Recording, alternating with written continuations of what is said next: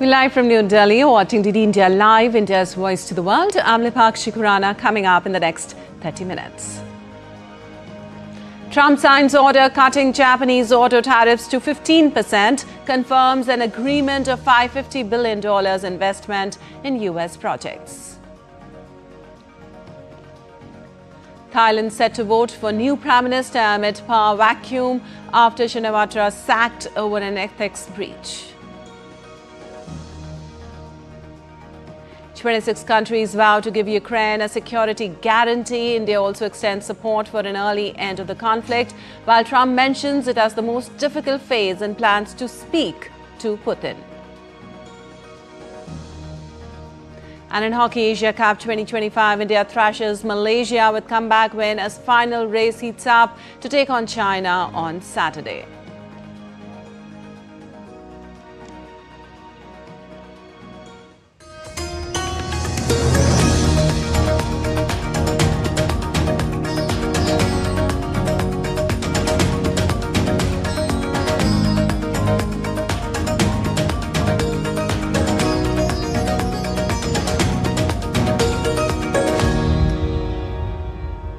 On to the details now. The United States has officially implemented a trade agreement reached with Japan in July, taking tariffs on automobiles and other goods lower while outlining Japan's commitments in the deal. In an executive order signed by US President Donald Trump on Thursday in Washington, both reciprocal and auto tariffs on Japan are set at 15% instead of the current 27.5%. Trump signed the order the same day as Ryoshi Akazawa, Japan's chief tariff negotiator, arrived in Washington for a 10th round of tariff talks. Well, the lower tariffs on Japanese autos are set to take effect 7 days after publication of the order. Some of the tariff relief is retroactive to August 7th.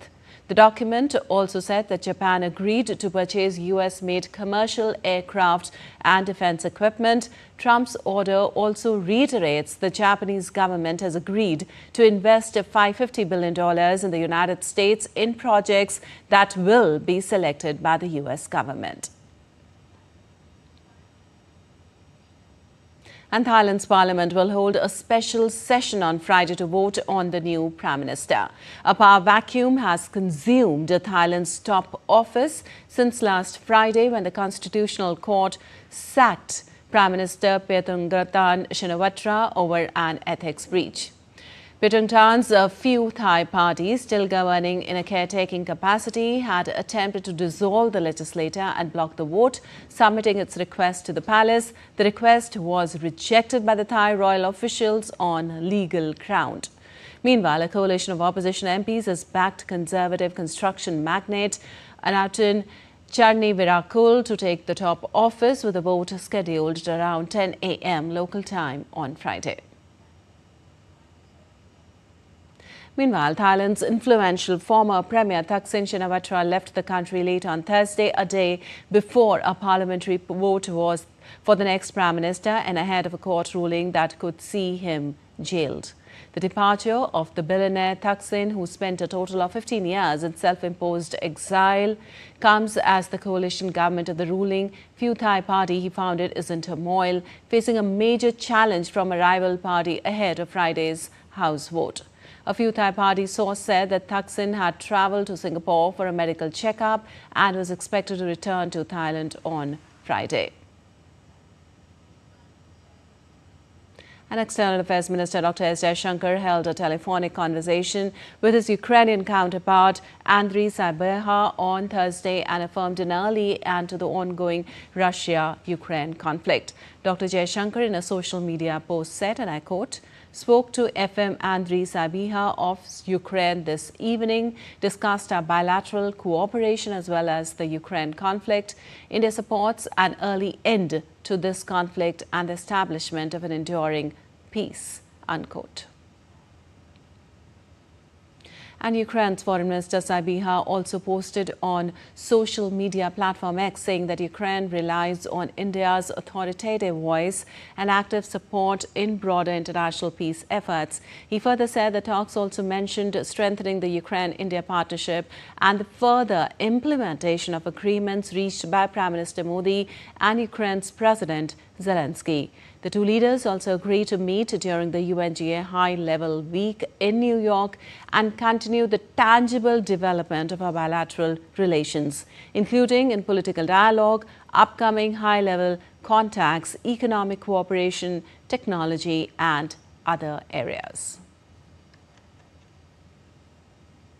Well, India at the United Nations has reaffirmed its stance of dialogue and diplomacy as the way forward to end the conflict in Ukraine. Permanent representative of India to the United Nations, P. Harish, in a statement at the UN General Assembly said the New Delhi stands ready to support diplomatic efforts for an early end to the conflict. India continues to remain concerned over the situation in Ukraine. We maintain that the loss of innocent lives is unacceptable and no solution can be found on the battlefield.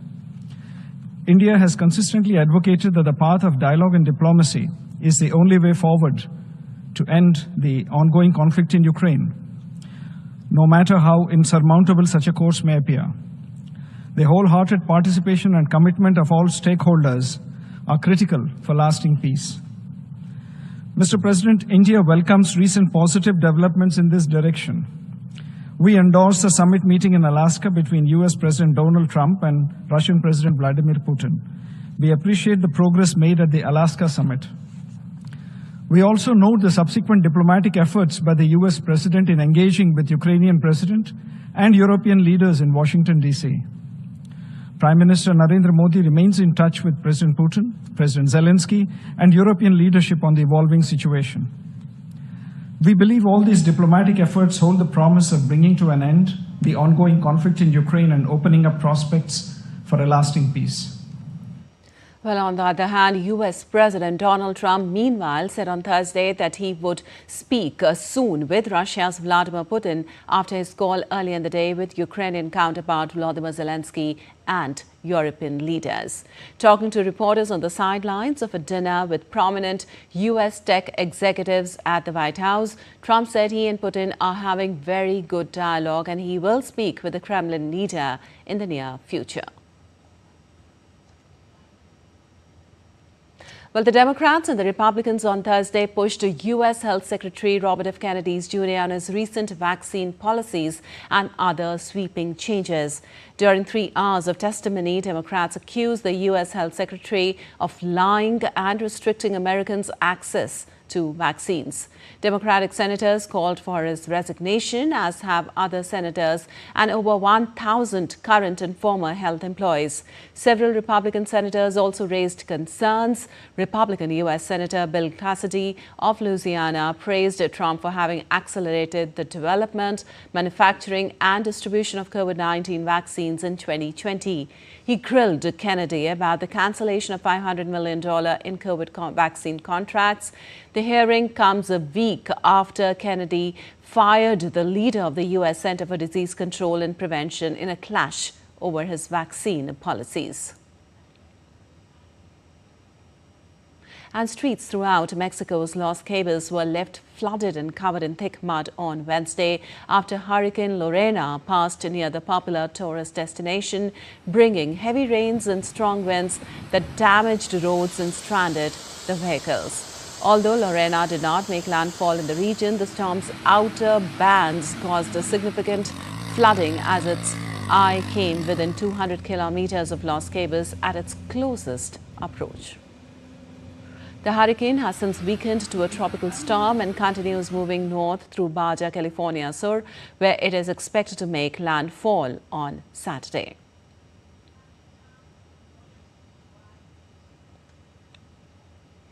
And Kiko remains a Category 4 hurricane and could still become stronger as it moves towards the Hawaiian Islands.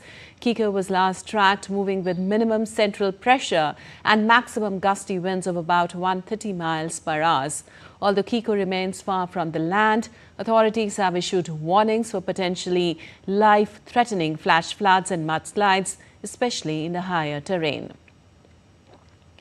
Residents in the Hawaiian Islands are urged to closely monitor the storm's progress and be prepared for possible severe weather.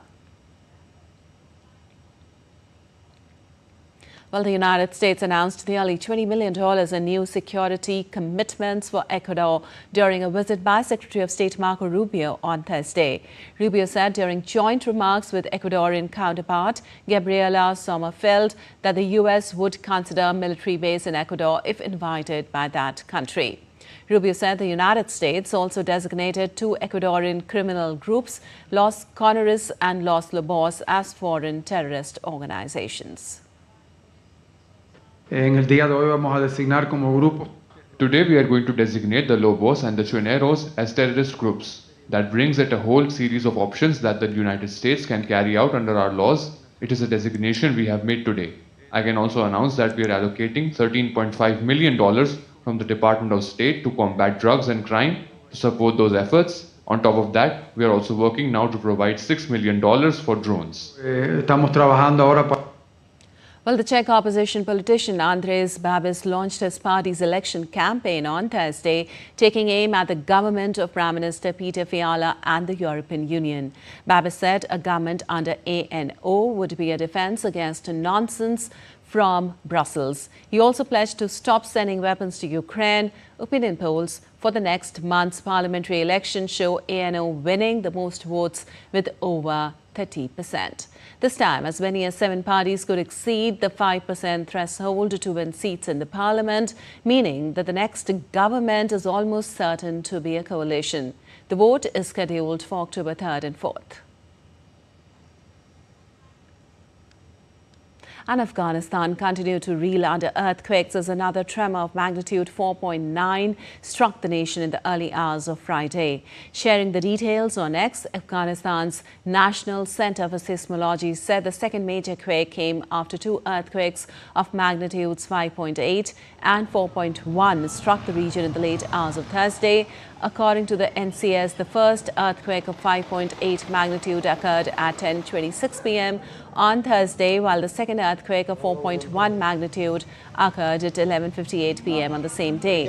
Meanwhile, the World Food Programme has sent emergency aid to Afghanistan's quake-stricken Kunar and Nangarhar provinces. Initial aid shipments include food supplies and high-energy biscuits, with additional flights scheduled to deliver further assistance and personnel.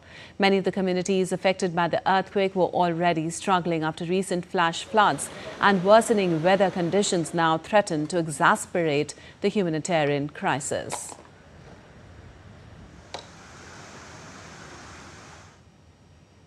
And still to come in this edition of DD India Live.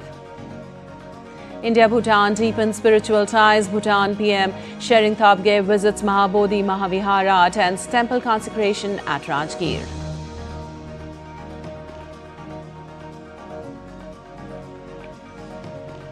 As the monsoon mayhem continues, we'll give you a quick update of the weather around the country. And FDI in India rises 15% in Q1 financial year 25. Inflows from US nearly triples.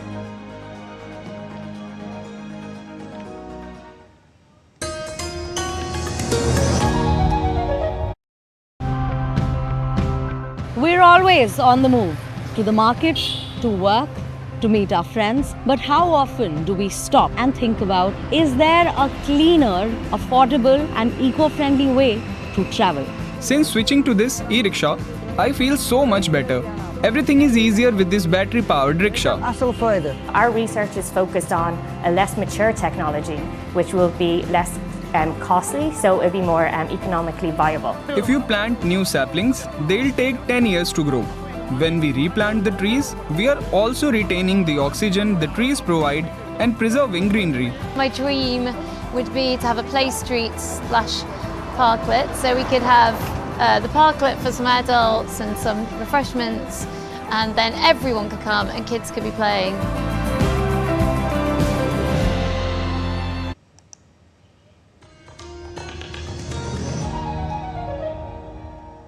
Welcome back. You're watching TT India Live. I'm Lepak Shikuran. Moving on, strengthening India-Bhutan spiritual and cultural connect. Bhutan Prime Minister Tshering Tobgay, accompanied by his wife Tashi Doma and official entourage, visited World Heritage Mahabodhi Mahavihara in Bodh Gaya on Thursday.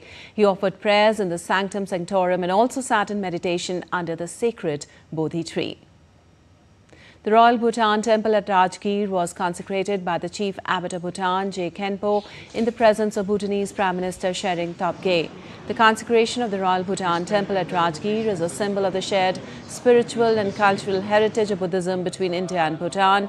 Union Minister Kiren Rijiju also attended the ceremony.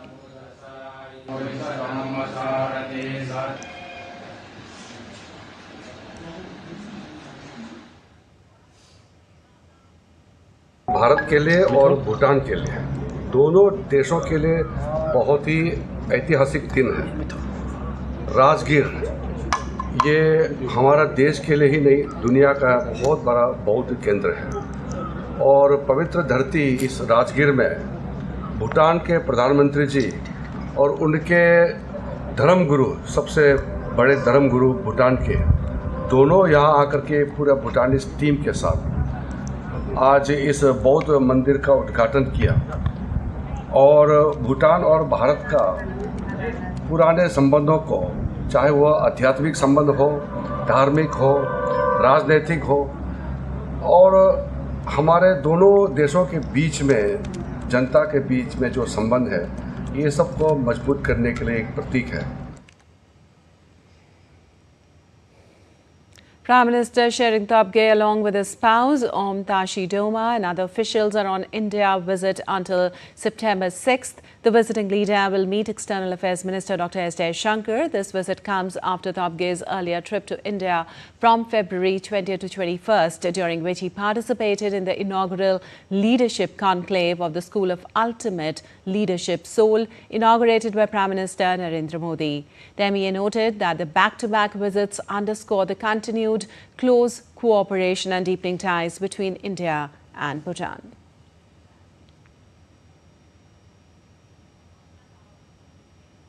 And on to some weather news now. India braces for a wet week ahead as heavy rains sweep across the west, north and central regions. From Gujarat to Bihar, thunderstorms and downpours are set to dominate the skies. Let's break down what IMD forecast has to say. In the western India, Rajasthan, Gujarat, Saurashtra and Kutch face extremely heavy rainfall till 7th of September. Konkan, Goa and Madhya Maharashtra also expected intense showers. Among the northern regions, heavy rainfall continues across Uttarakhand, Punjab and Haryana through 10th of September, with thunderstorms likely from central India to eastern West Madhya Pradesh, Odisha, Bihar and sub-Himalayan Bengal. Forecast heavy rain and lightning till 10th of September. Andaman Islands join in midweek. Meanwhile, among the southern Indian regions, Kerala, Tamil Nadu and coastal Andhra Pradesh are set to see isolated heavy rain and strong winds up to 40 kilometers per hour. Well, capital of India, Delhi is battling severe waterlogging and flood threats as the Yamuna River surged past danger levels following Wednesday's heavy rainfall. Morning visuals from Lohapul and the surrounding areas reveal the river's swollen expanse spilling into key zones. Monastery Market and Kashmiri Gate were inundated, disrupting daily life. In civil lines, Bela Road saw submerged vehicles and flooded compounds, leaving residents stranded. With alerts still in place and more rain forecasted, authorities remain on high alert. The overflowing Yamuna continues to wreak havoc, turning familiar streets into rivers and sparking fears of worsening conditions. Well, forces from 14 nations are taking part in the German-led multinational naval exercise Northern Coast in the Baltic Sea in the first half of September. Around 2,700 soldiers and 40 ships will practice NATO alliance defense in and on the Baltic Sea during the exercise. Germany's Elbe-class replenishment ship Donau and its group have recently carried out air, sea, medical and logistical defense drills. Commissioned in the 1990s, the Donau is one of 6 support vessels that provide fuel, water, food and ammunition to naval units at sea. The German Navy has hosted the Northern Coast exercise annually since 2007. And on to some business news. Good news coming from the economic front as foreign direct investment in India rose by 15% to USD 18.62 billion during April-June this fiscal year, while the inflow from the US nearly tripled to $5.61 billion during the quarters. According to government data, FDI during April to June financial year 25 stood at $16.17 billion. Total FDI, which includes equity inflows, reinvested earnings and other capital, increased to $25.2 billion during the quarter under review as against $22.5 billion in the same period of 2024-25.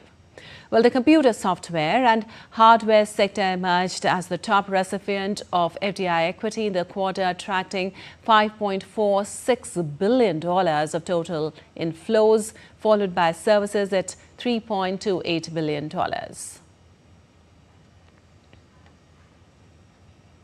And in sports, India clinched their second Super 4 match in the Men's Hockey Asia Cup with a commanding 4-1 victory over Malaysia and Rajgir in Bihar.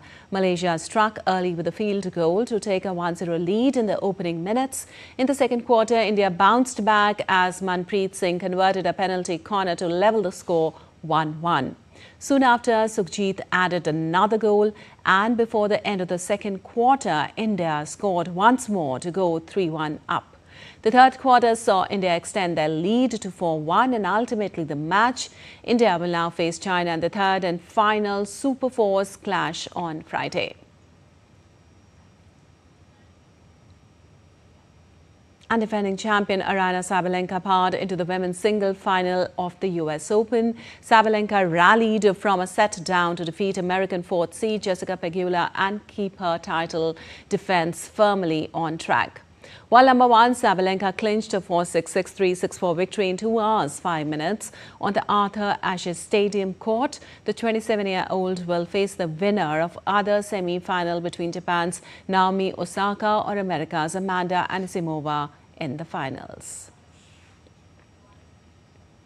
Yuki Bhabri's dream run at the US Open ended in a heartbreak as the Indian star, alongside his partner Michael Venus, lost a tightly contested battle in the men's doubles semi-finals.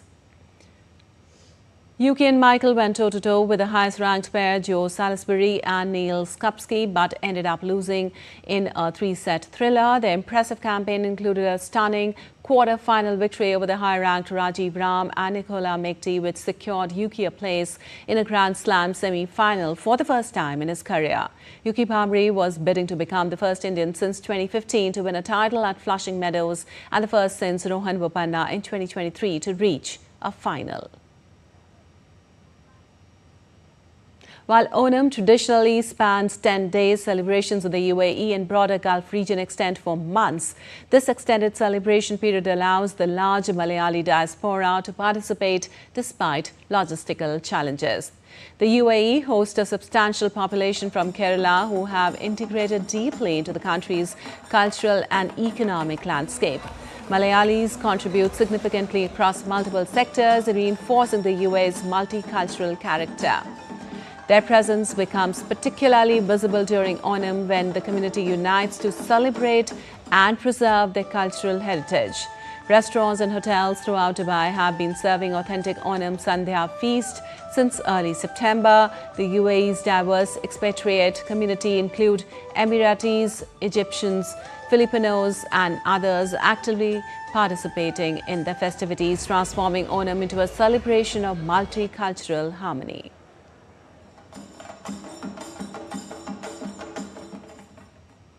And every year on September 5th, India celebrates Teachers' Day to honor the role of those special educators in the lives of numerous students and even the parents. It values the contribution of teachers who shape the future generations of the country, educating them with the knowledge of right and wrong, good and bad, proper and improper, and everything under the sun.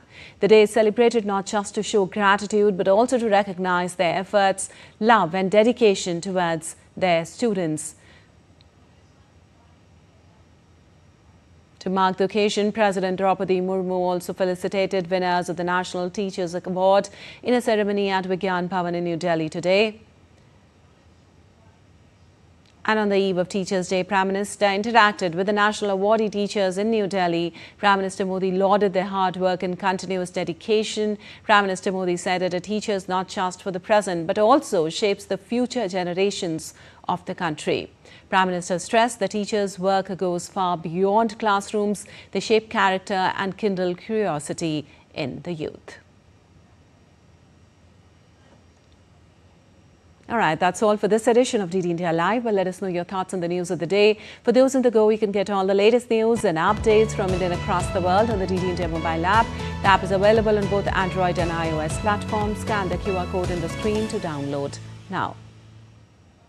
We'll be back with more news as it breaks here on DD India. I'm Nipakshi Khurana from all of us here in Delhi. Thanks for watching DD India Live.